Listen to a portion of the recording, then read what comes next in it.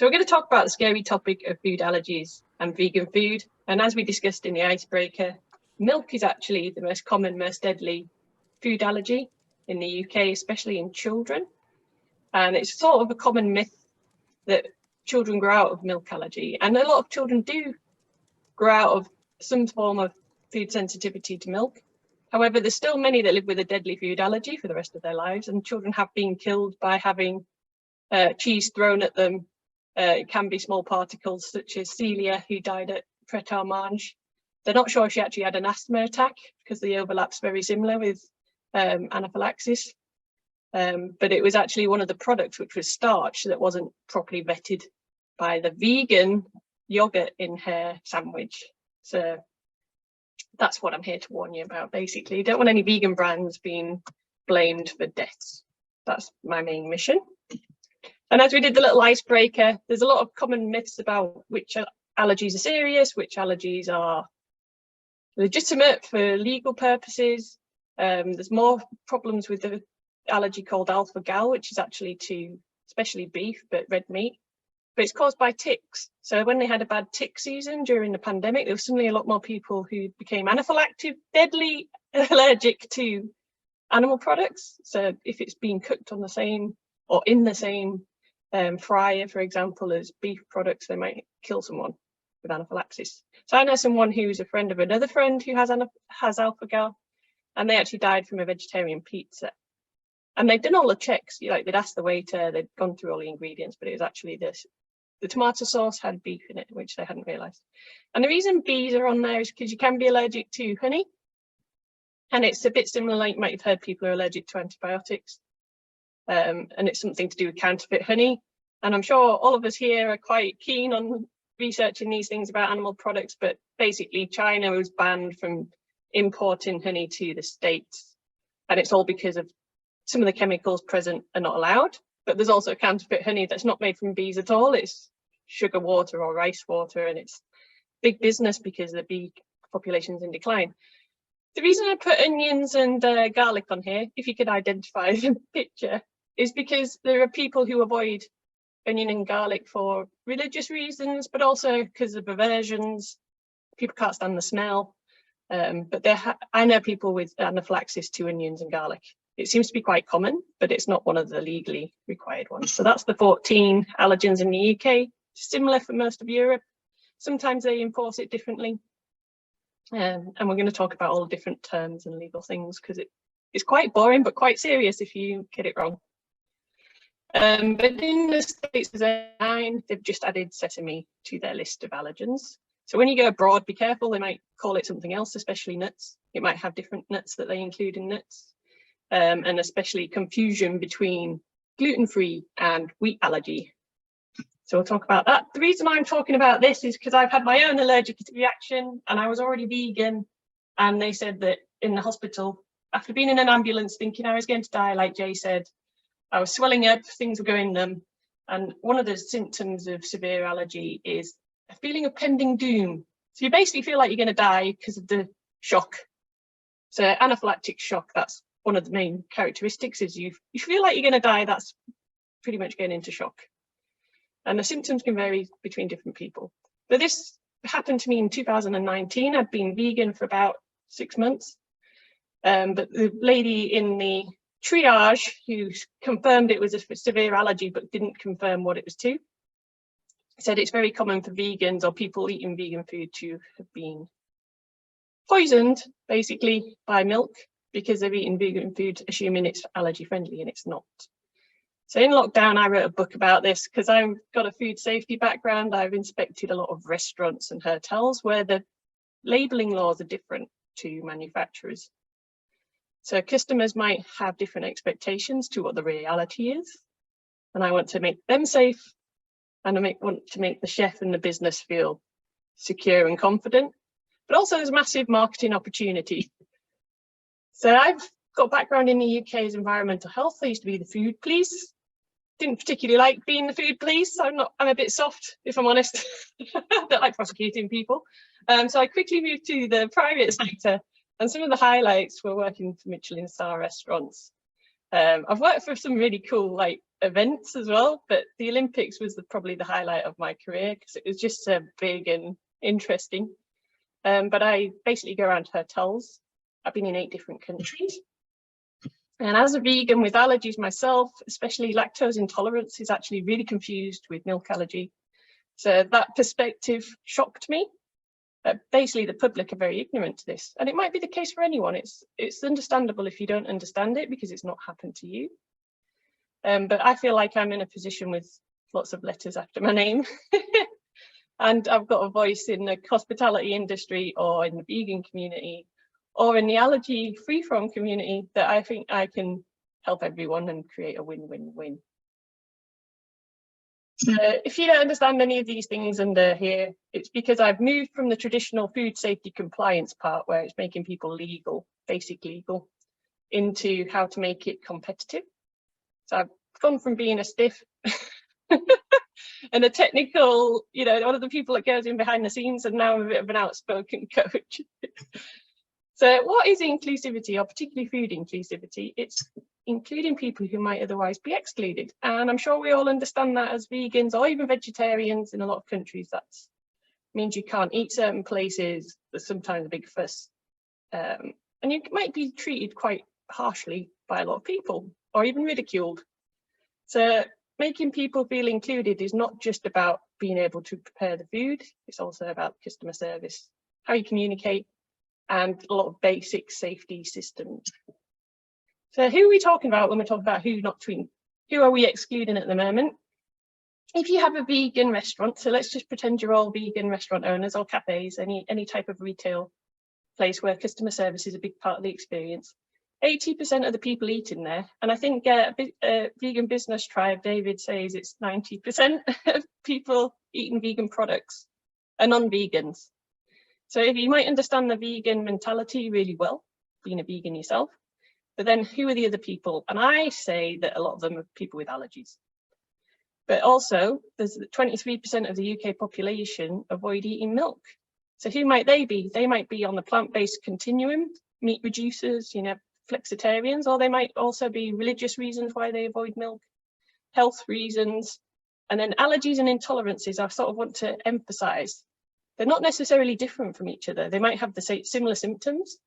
They may still involve the immune system, but the law wants to distinguish because someone with an allergy needs zero contamination, like it's a special legal terminology. Free from means absolutely no chance, zero risk of it being contaminated.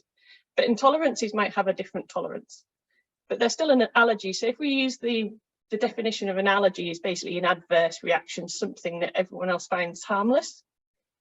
If you used it outside of the food industry, an intolerance could be an allergy, or it could just be like lactose intolerance is just lacking an enzyme. So it shouldn't harm you, but some intolerances do actually overlap into allergies. And then celiac disease is sort of defined separately again, because you can have a threshold for gluten-free, which is different to wheat-free. It's not zero, it's like 20 parts per million, which is still zero in most people's minds. But that's because it's an autoimmune condition rather than an allergy. So the whole immune system is very complicated, and they're trying to define it and categorize it because some people can have a threshold. Whereas at the moment, free from is the only thing we've got. So we've got zero or an unknown contamination level, because things like may contain and traces doesn't actually have a quantity or a level of risk associated with it. And something very important for vegans and vegan businesses to understand is that plant-based is changing its meaning quite a lot. So sometimes it just means taking the meat out and putting in fake meat, which annoys me. Or there's the other side where people think it's whole food plant-based, and then they're annoyed that vegan foods might not be healthy. So there's two different things. But if you're using dairy-free, when you actually mean non-dairy, that's very dangerous, because non-dairy means it's expected to be dairy, but you've used an alternative, like soya milk is non-dairy. But dairy-free is this, it's suitable for people with a dairy allergy. And actually in the general population, some people think dairy includes eggs. So that might seem really bizarre for most people that know what dairy means. It's just any product from mammalian milk. So it doesn't even have to be a cow, it can be a goat, you know, anything. So they're using dairy-free And it happens a lot in vegan restaurants and vegan cafes and vegan products, like small scale, that they don't realize they're saying dairy free when they mean non-dairy, but they're trying to hide that they're actually vegan. So there's a lot of the overlap. If you do have a vegan product that is dairy free or milk free, you need to advertise that, because that is a bigger market than vegans. Did everyone think that already? Or you're all in business for a while, so you might already know that, but that's 20 to 40% of the population, and that might not be clear in your mind, because some people will say they have an allergy when actually they just have an aversion. I'm like that with fish, because it creeps me out and the smell is revolting. I'm also like that with beetroot. But then I generally eat most foods. I'm not that picky. So that's quite hard to explain to a chef if I was that upset by fish being anywhere near my food, because I can taste it, smell it, or detect it by texture. I might tell them I have an allergy. When I used to go to conferences, I used to just put no fish and hope that they treated me like an allergy, but I didn't want to claim I had an allergy because I already knew too much. So the inclusivity pyramid, this is the basics of all you need to know to how to make your business more competitive. Is we'd assume the population of the UK are basic compliance. So anywhere that has food and has to register as a food business, you'd hope that they're legal. I think Sam's done some research into this. So if you've seen the food hygiene rating scheme, like in the States, they have ABC, and in Denmark, they have a smiley, which I think is quite appropriate, because as soon as it gets to slightly frowny, you sort of, it's a very good visual. But if they don't have 5 stars in the food hygiene rating scheme, that means something's wrong. So they're less than legal already. And what was the percentage, Sam? Is it something like 70% of them are at 4 or 5, and then there's a whole 30% or 40% of the population of food businesses that are registered in the UK that are not compliant, because they're like 3.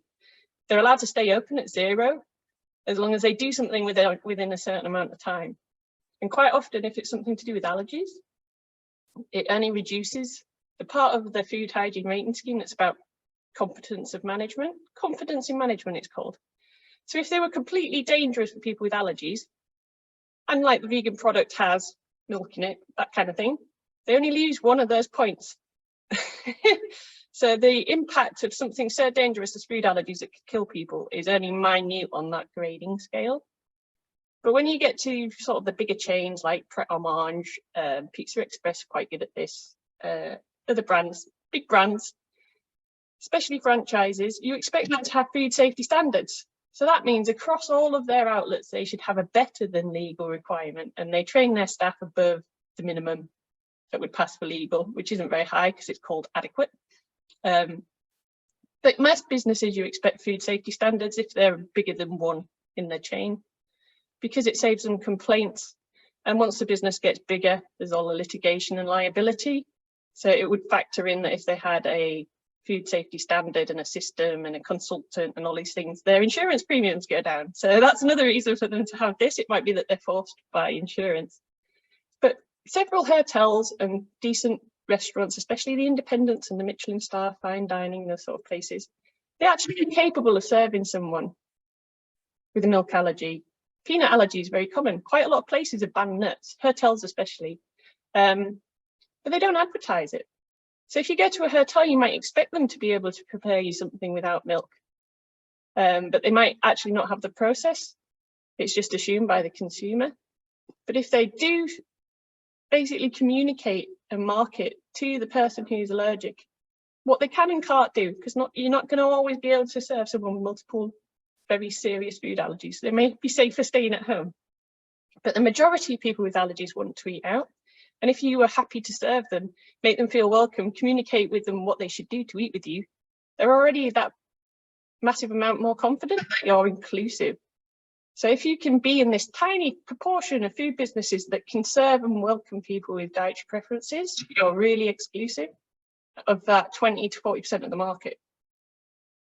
And it goes on that it's also their family that might want to eat out, their colleagues, their classmates. I'm sure as vegans, you experience that you usually choose where the group eats. So I call this the common denominator effect. It's actually made up by me. So if you see this used anywhere, they got it from me because it's not grammatically correct. But if in a fraction, you got like a third, It's if you can serve the 1 on the top, you also get to serve the 3 at the bottom of a fraction, which is actually the reverse of the common denominator. That's what it means. If you put someone with a milk allergy in the middle, especially a child, the family will eat where that person is safe. And it's also safe from being ridiculed, meeting a jerk, or waiters and things like that. How awkward is it? How difficult is it to serve? Are they confident with the menu and the information about ingredients? So if you can serve that person in the middle really well, then you get the whole group. And if everyone has to be able to eat, you might get big groups such as weddings and conferencing. And depending on the person organizing it, if you can take away that headache for them, like even environmental charities, they'll want vegan options. So there's places where they have criteria that you have to be able to be inclusive. And then there's people that you served really well, that other places they're treated badly. Like a place that can serve a vegan really well, I'll just keep going back there and I'll tell all my vegan friends, especially locally. So if you've got the vegans in Hull, there's like 4,000 people in that group that can tell you where to eat, depending which neighbourhood you're in. The same is true for people with allergies. So there's a app in the UK, it's a website in the UK called Allergy Companions, and people with allergies go and say where they've had good experiences. So there's a lot of Pizza Express on there, but occasionally there's bad Pizza Express. So that gives a person with allergies a little bit more confidence that other people have been there before and had a good time. It's also the same on TripAdvisor, same on Facebook groups, such as vegan and gluten-free, or there's sort of the communities come together and they have, like, I live in Denmark, there's a load of Brits, we gather together in Facebook groups and recommend where can you go that's really cool for Brits, where do you miss from Britain? Where can you go and find tea bags? That kind of thing. So that's why social media is very good, but also in-person recommendations are the strongest marketing you can have.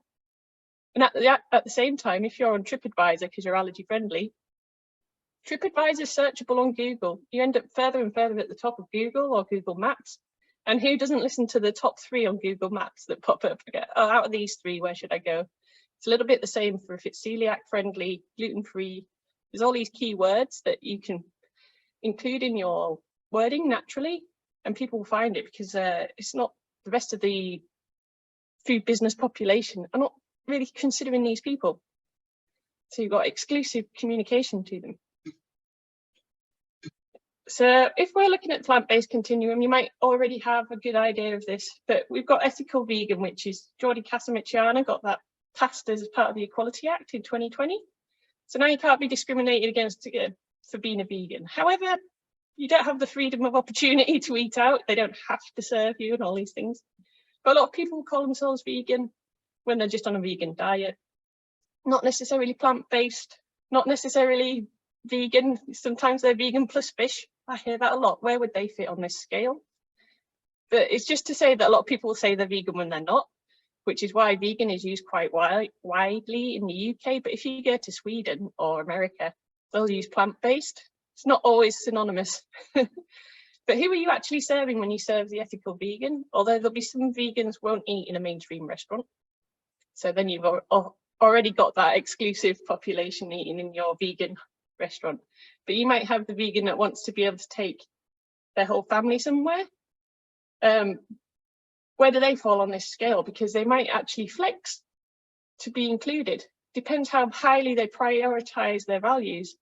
And if they're allergic to something, they might be at the very strict end of vegan, even though they're non-vegan.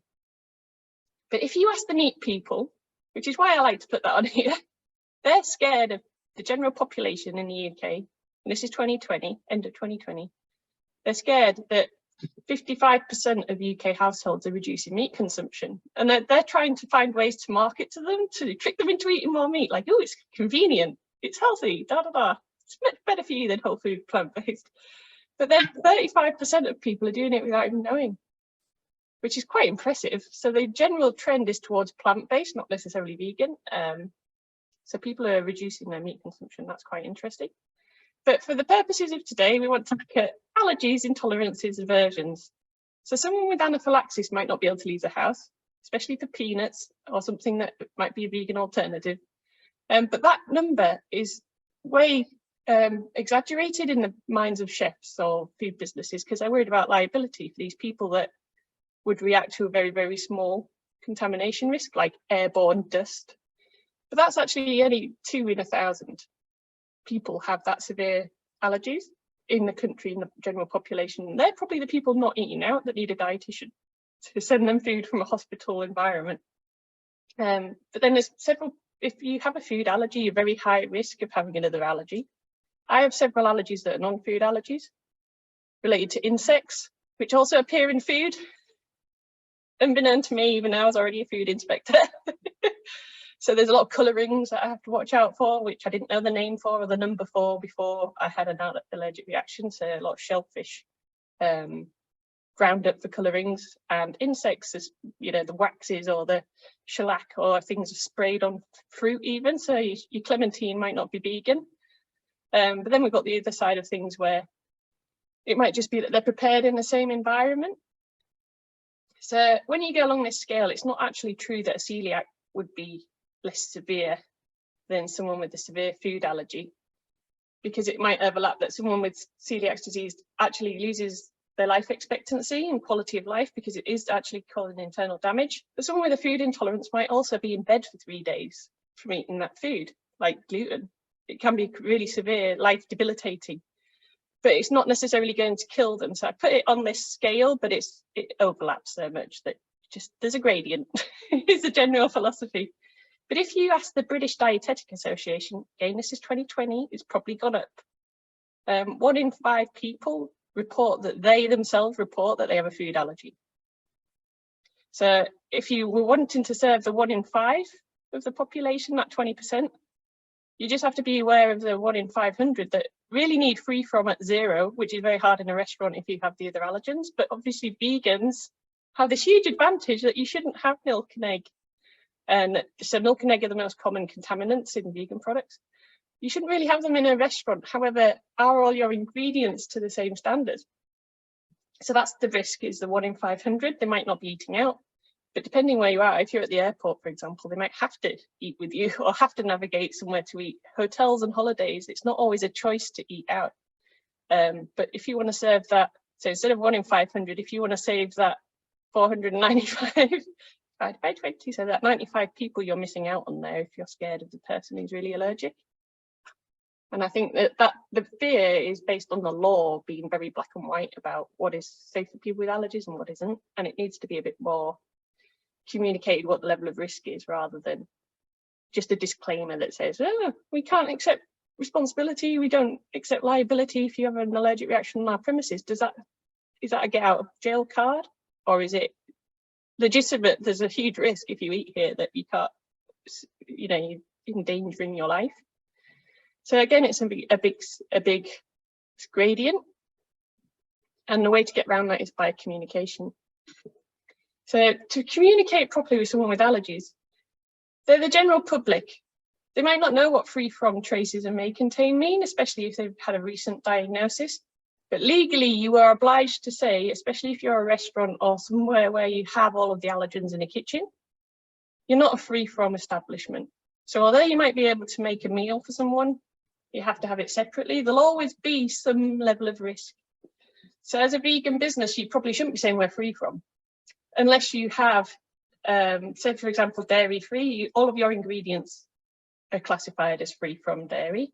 Then you want to market the hell out of that, because not a lot of people will say that they're dairy free.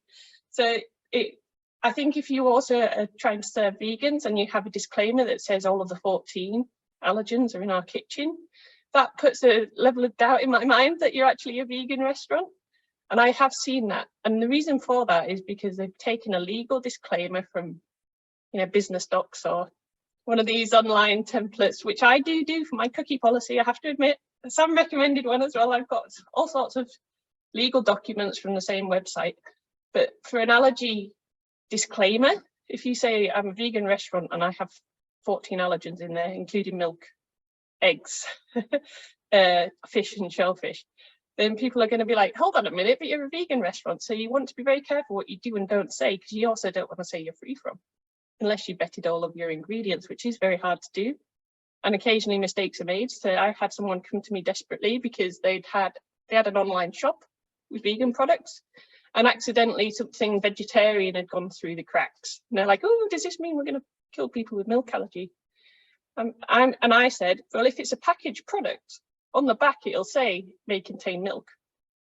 Someone with a milk allergy will look at the back of the packet, but in a restaurant or a hotel or a buffet or conference, you can't just look at the back of the packet. You have to know what's happened to it since it came from the packaging, or that's quite a common mistake as well. It starts off that, so say a cake has been bought in and it's gluten-free, vegan, milk-free. As soon as it's open, what happens? Because then it might not be any of those things anymore. So that's another misconception, especially with gluten-free in the UK. It's very popular that gluten-free seems to be pushing out all of the allergy menus and things. Gluten and vegan are taking over the free from section at the supermarket. And it's because if they start saying, say you're in a restaurant and they say it's vegan, what does the normal consumer think? Are they thinking it's milk-free? And I think they are actually. And a lot of vegans I speak to don't realise may contain a lot. So if we look at the vegan Magnum, that vegan Magnum might have been prepared on the same machine as a normal Magnum, and if it was just afterwards, it might contain a significant amount of milk.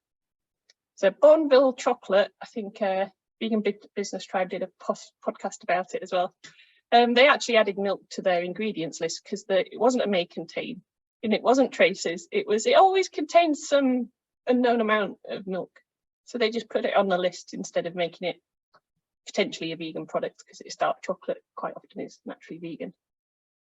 So the difference between may contain and traces is that traces, it means it always contains it a little bit, unknown amount. May contain means it might contain it, it might not. And it might contain a lot, it might contain insignificant amounts. So may contains are overused right now, but may contains are not enforced. So you don't have to have it, and it's not regulated what they use it on, basically. Some guidance, but really you can put may contain on anything and it excludes people with allergies. And in the UK, if a restaurant or a catering establishment causes an allergy, the fines are huge, and the bigger the company, it's a percentage of their revenue that they could be fined. So the big catering companies or the big chain restaurants want a may contain because it reduces this risk of litigation. Now we have to be careful if we're vegan, like Jill already mentioned, that we're overusing the nuts maybe, or soya. And if there's a vegan product, say even if it was a mainstream restaurant, if there's a vegan product that then contaminates what people expect to find in their burger or in bread, for example, because you've used something like cashew cheese instead of milk, and they're not allergic to milk, but they're allergic to a variety of nuts, and then it increases the risk of traces of peanuts, because nuts and peanuts tend to be prepared in the same factory, and there's so many conflicting risks that you just have to be very clear about what you are using instead of the expected, which is quite often milk. It's the same with gluten. You might have seitan, or you might be using it where someone wouldn't expect it to be because they're thinking of bread or pasta. They're not thinking of whatever we've made vegan. But wheat-free is this zero free from standard. So if someone has a wheat allergy, they could have anaphylaxis. It has to be definitely no dust or airborne stuff. But then gluten-free seems to be very common now. You just have to make sure it's actually prepared and it's still gluten-free. So for example, if it was bread, if you had a vegan burger, let's just say, because they're so common, if you had a vegan burger, but you could have it with a gluten-free bun, is the burger still gluten-free? Or is the burger just prepared normally, and then you're using the gluten-free bread, and then someone would still have a reaction, even a celiac, if there's some contamination there. So the main terms for vegans to understand is that non-dairy just means it's not dairy even though it was expected to be. Dairy-free is this legal term that you have to be very careful with. You have to make sure you are actually free from zero contamination with milk. Lactose-free is probably still milk. That really annoys me. I think someone complained last week that it was at the supermarket and it was lactose-free in the vegan section. That happens to me a lot when I eat in hotels. I'm like, is there anything vegan? They're like, well, this is lactose-free. I'm like, stop telling me about the lactose. I've walked off a few times. Stop telling me what's lactose-free. I don't care. And then milk-free and dairy-free are synonymous. But if you want to be PC, then you'll use milk-free, because there's no doubt then people can't get confused about what dairy is. But also, if you say milk-free, They might ask about cheese because people are dumb sometimes. People might not know that milk, butter is made from milk. They might not know these things, and it's not because they don't know. It's because they're not thinking, because it's not doesn't say milk in the title like milkshake would. So butter can often be something that you find in vegan products because they've been daft about what butter is. So the business opportunity, if you can be in this top part of the triangle.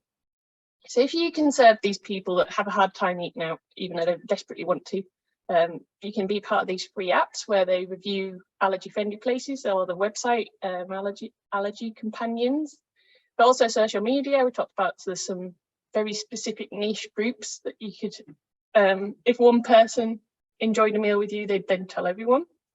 You want to be at the top of Google, and you can do that with using these keywords. So milk-free and dairy-free is actually really searchable, very specific. But it's also on delivery apps. So Just Eat. If you want to outcompete the mainstream restaurant, you have to put vegan in the title of your dishes. So if I went to a Just Eat, put in my postcode, I'd like a vegan meal, please. Where nearby does vegan? The mainstream would come up first before the vegan place, because the vegan place, it's only in the title of the restaurant or in the category. It's not in each dish. So that's a tip for anyone who uses Just Eat or Deliveroo, is you put vegan in brackets next to everything so that you can get searched for more easily. And also on delivery apps such as Just Eat. I'm using Just Eat because this is the one that annoyed me the most. And people have died from Just Eat. They've written in the comments box that they had an allergy and no one saw it. But they now have this thing at the top that says if you're ordering with a food allergy or intolerance, you have to ring the place. But if you're a member of Just Eat, you can change that to a URL, and then the customer will go to your website and you can harvest that extra person. As long as you have your own delivery person, you can then remove that 20 to 30% commission. So that's a really good way to be searched, because I know that if I want to eat out or have a takeaway, I hate ringing places. You always get some idiot on the other end. You can't hear it. It's not clear. You still don't have that confidence that they've received the information. I'd rather order direct from the website where I can write in a proper box about my dietary preferences. And then signage on your website, it basically signpost people that, hey, we can serve you on your front door. If you're a restaurant, for example, you'd have some indicator. Maybe if you did have a review on TripAdvisor or whatever, you could say that you could use the symbol from Allergy Companions. Or it's a bit like when you have Happy Cow on a restaurant, you're like, oh, they should be able to serve me. It's a bit like that kind of cue to think, oh, I should be safe to eat there. No one will treat me horribly. It sounds like they have a system in place. It sounds like their staff are trained. And cues like on the vegan products, you can have all of the allergy signage, which isn't necessarily required for open foods, but it's sort of expected in the UK now. But if it says it's vegan, if it says it's plant-based, always say that it's vegan as well, or say it's milk-free, or say what it is or isn't, just to give yourself that extra protection against litigation and liability, but also so you can sell more stuff, which is also important. And then the elephant in the room is that people use these disclaimers, like I talked about, that says everything is in everything. It's really common on restaurants, any type of menu really, even cruise ships have this disclaimer. But it doesn't reduce their liability, because in health and safety law, you have to guarantee the safety of your customers and your staff. So if they're injured, you're liable. You'll always be liable, but legally you're not criminal. So that's the confusion there, why people overuse disclaimers and make contains. You can't really afford to do nothing, because the number of people with allergies is going through the roof, especially children born today. Is supposed to be 1 in 5 will be born with an allergy, severe allergy. So that's shocking, but they don't know why is also part of the problem. Science isn't keeping up. So what the problem is right now in the UK with Natasha's law is that things have started to have ingredients labels, but they don't necessarily have to have information about contamination, which might have displaced or disrupted the balance between what the consumer expects is their right and what is actually practically achievable. And if you're already inclusive, you need to show off a lot more. And I think a lot of vegan businesses are not taking advantage of the milk-free market, or people who are avoiding animal products for other reasons. So if that was a bit too much of a fire hydrant, I tend to do that. I always go on little side tangents as well if someone's just talked to me, like Jill mentioned a few things, and I'm like, oh, I have to put that in. But there are free resources at freeresources.heatherlandex.com. You just have it. There's the Ultimate Starter basically goes over this principle of being inclusive. It's only 20 minutes or something. The return on investment calculator is, so people that have worked as a financial advisors to Gordon Ramsay suggest that you can get 10% more if you were a mainstream restaurant by having a vegan, allergy-friendly option. So that's quite a cool calculator to put in. If you were a vegan restaurant, you'd put in a milk-free option, see what you could get as a return on investment. There's links to other stuff like Allergy Companions or other places you can get free marketing. And then there's a launch party replay who has a few guests that are quite cool in the allergy space or marketing. And then if you're, and quite a few of you are very suited to this topic, you can just book a call with me, because I think that's easier than if it was we have quite a short Q&A now. So call heatherlandex.com, it just sends you to my calendar. Because of course I want to work with more vegans. That's why we're all here today. That's what the network's for. And I'd love to chat with you, see if we can help you basically get more success for your efforts already. So if I go back to you, Sam, these are my, you can join me on LinkedIn. LinkedIn's the best one for chatting. I hate Facebook at the moment as well. That's fabulous. Thank you so much. There's so much information in there to absorb, Heather. So